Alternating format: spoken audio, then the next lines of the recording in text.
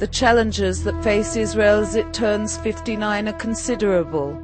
The Iranian nuclear threat, the arms flow from Syria to Hizbullah, peace with the Palestinians and moderate Arab countries, and the ongoing Palestinian terror remain key issues that threaten Israel's existence. The lack of true leadership to guide the country through the turbulent times that lay ahead is perhaps the most worrisome issue of all to the Israeli public. Does Israel have a strategy? Is diplomacy the only channel we should pursue? Or will we need to resort to military action to resolve the threats? Professor Gerald Steinberg, Director of the Conflict Management Program at Bar Ilan University and Executive Director of the NGO Monitor, discusses the issues with InfoLive TV. Israel doesn't have a coherent leadership. We're in a leadership crisis. Our powerful leaders from Ben Gurion through Begin, Rabin, Sharon are no longer around. And we don't have a new generation who've appeared to help us deal with these very, very difficult issues. Israeli politics tends to be very, very local. There's a lot of corruption. So it's difficult to talk about a strategy when you don't have leaders to articulate that strategy. The disappointing outcome of the last summer's Second Lebanon War, in which 119 soldiers and 57 civilians were killed, and the fact that our two soldiers, Ehud Goldwasser and Eldad Regev, remain in captivity, continue to remain at the forefront of public debate.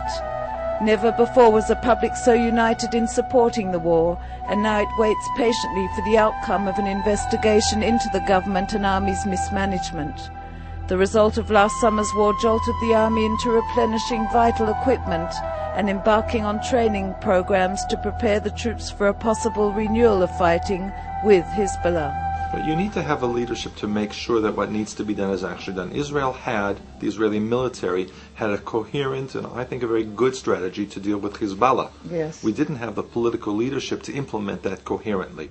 On a recent visit to Israel, U.S. Secretary of Defense Robert Gates said diplomacy is the only way to resolve Iran's nuclear threat. Yet it appears that international pressure on the Islamic Republic has hardly dented its plans to pursue nuclear capability. Iran hopes to manufacture 3,000 centrifuges by the end of 2007, and some strategists claim it will have its first bomb 9 months after that. Will diplomacy or military action resolve the Iranian nuclear threat?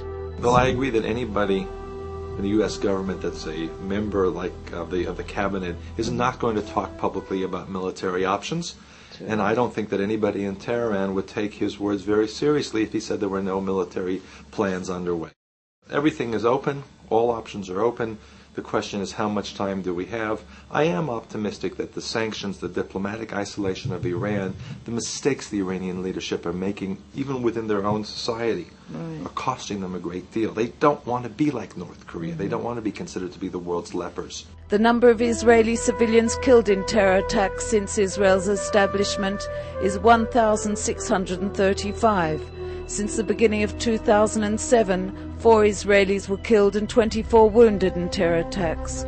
The Shin Bet security service has to deal with an average of 10 to 12 terror threats a day that stem from terror cells operating in Judea and Samaria as well as the Gaza Strip.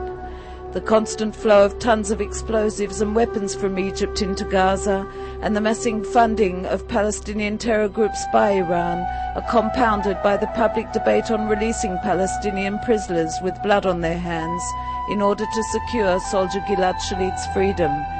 Peace with the Palestinians seems a far-off option. We've been living with Palestinian Arab terror violence against Israel since the November 47 partition resolution, which they rejected through violence and terror, mass terror. Unfortunately, that's one of those realities that doesn't change. The fact that Europe continues to send millions of dollars in funds to the Palestinian Authority, while Israel refuses to meet with Palestinian leaders other than Palestinian President Mahmoud Abbas, does not appear to be bringing us closer to any positive peace agreement with the Palestinians. Continue to get billions of dollars, pounds, euros, Swiss francs for being Palestinians, regardless of the hatred and regardless of the terrorism. They have no incentive to change. Celebrating its 59th birthday, Israel's right to exist in peace has yet to be accepted by the Palestinian Unity government and moderate Arab countries.